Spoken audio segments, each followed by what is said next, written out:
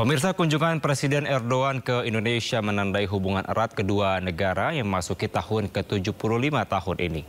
Sejumlah kesepakatan ditandatangani delegasi kedua negara, termasuk keagamaan dan juga pertahanan. Kita akan membahasnya lebih dalam, pemirsa, bersama dengan pengamat hubungan internasional, Profesor Hikmahanto Juwana. Selamat malam, Profesor. Selamat malam. Baik, Prof, kunjungan Presiden Erdogan pada kali ini bukanlah yang pertama kali. Apa kira-kira yang membedakan kunjungan kali ini dari sebelumnya? Yang pasti terlihat sangat erat dan sangat hangat ya, Bapak Presiden bahkan sampai menjemput beliau di bandara dan juga mengantar beliau di bandara. Biasanya untuk kegiatan seperti ini, kedatangan tamu dari luar negeri, kepala pemerintahan ataupun kepala negara akan disambut terlebih dahulu oleh menteri di bandara, lalu akan disambut oleh presiden di istana. Tapi beliau ingin mungkin mengekspresikan bagaimana hubungan antara kedua negara setelah 75 tahun ini sangat dekat. Dan kita tahu pada waktu Bapak Presiden masih menjadi Presiden terpilih, Menteri Pertahanan, beliau sudah mengunjungi Turki dan bertemu dengan Presiden Erdogan.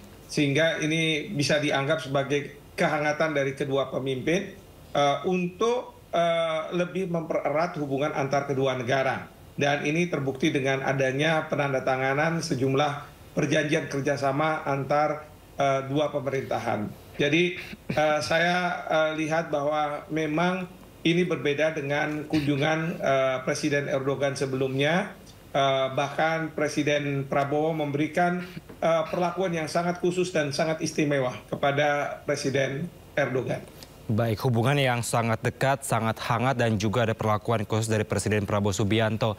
Ada sejumlah kerjasama yang ditandatangani dari kedua belah pihak. Menurut Anda, bidang mana yang kira-kira paling dinanti oleh Indonesia?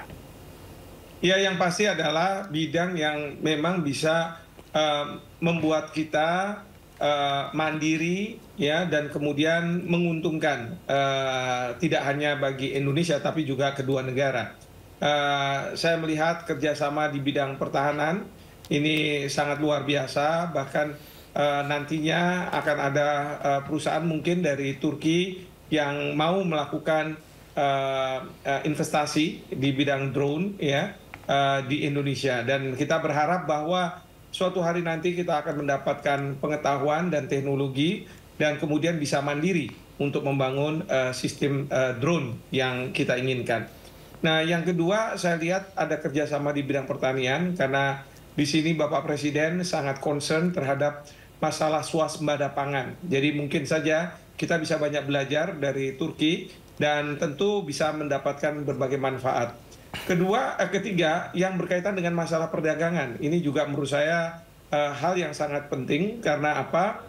Karena sekarang ini Bapak Presiden meminta agar Presiden Erdogan untuk menurunkan tarif terhadap komoditas yang diekspor dari Indonesia ke Turki, yang sekarang mungkin tarifnya tinggi, dan meminta agar kita mempercepat penandatanganan dari CEPT, Comprehensive Economic Partnership, antara Indonesia dengan Turki. Dan tentu juga yang perlu untuk kita lihat adalah bagaimana kerjasama di bidang keagamaan. Ya, saya lihat Menteri Agama juga melakukan penandatanganan kerjasama. Nah, tapi semua itu yang terpenting juga adalah bagaimana kita harus membantu rakyat Palestina. Ya, rakyat Palestina yang selama ini terjajah oleh Israel, dan saya mendengar bahwa kedua pemerintahan sepakat untuk membantu rakyat Palestina dan mengusulkan agar terwujudnya two-state solution.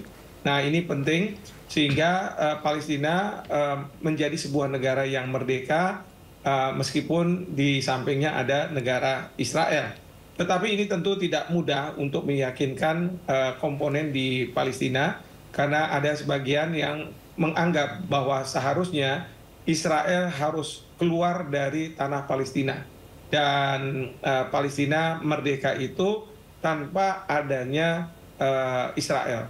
Tentu menurut pandangan kedua kepala pemerintahan, ini merupakan sesuatu yang sangat sulit untuk direalisasikan, mengingat kenyataan bahwa Israel sudah ada dan tidak mungkin dihilangkan begitu saja.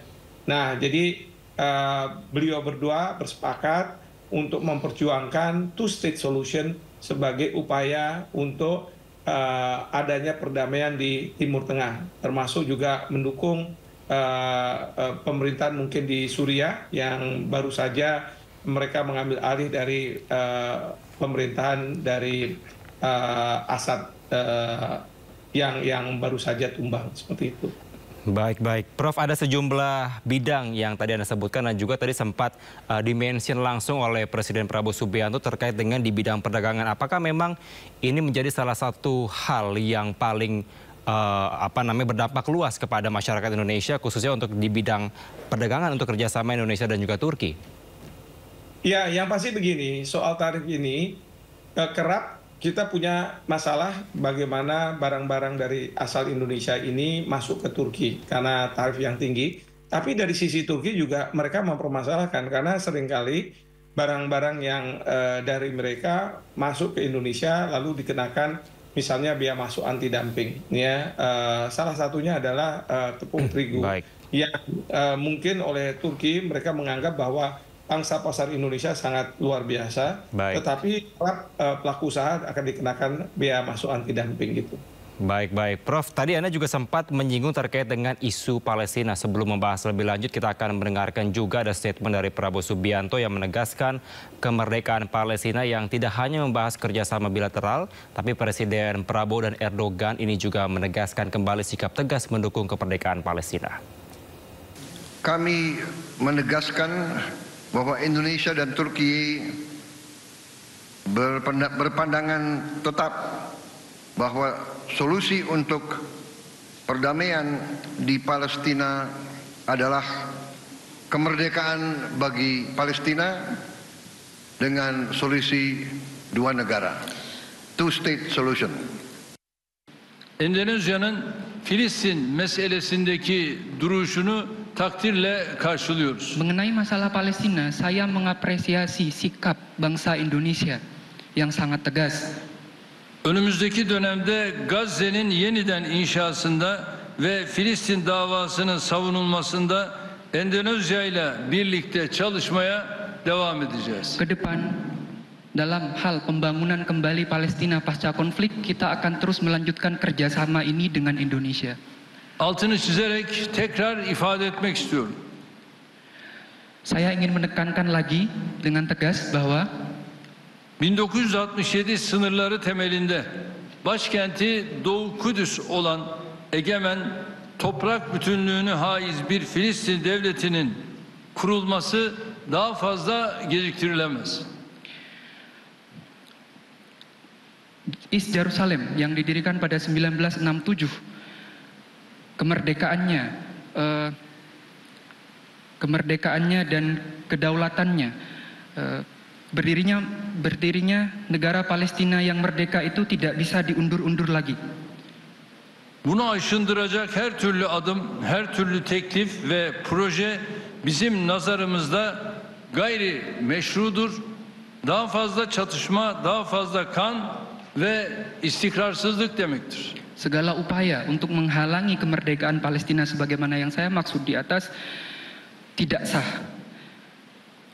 Bagi kami ini adalah konflik yang ini akan menambah konflik yang terus berkepanjangan, akan menambah darah yang tertumpah dan akan menambah ketidakstabilan di wilayah.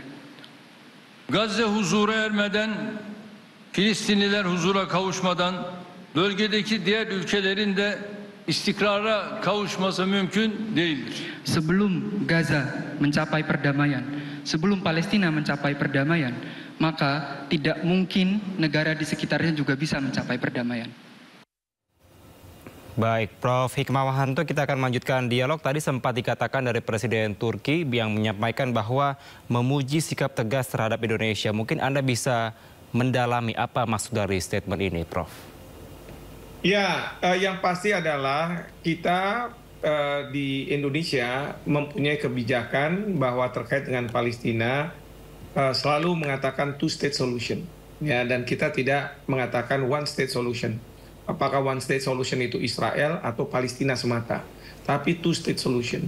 Dan ini adalah sejalan dengan apa yang diperjuangkan oleh Presiden Erdogan, ya.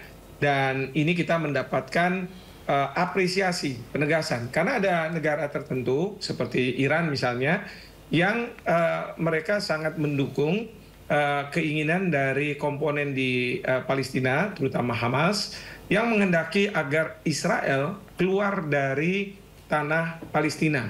Jadi tidak ada lagi negara Israel.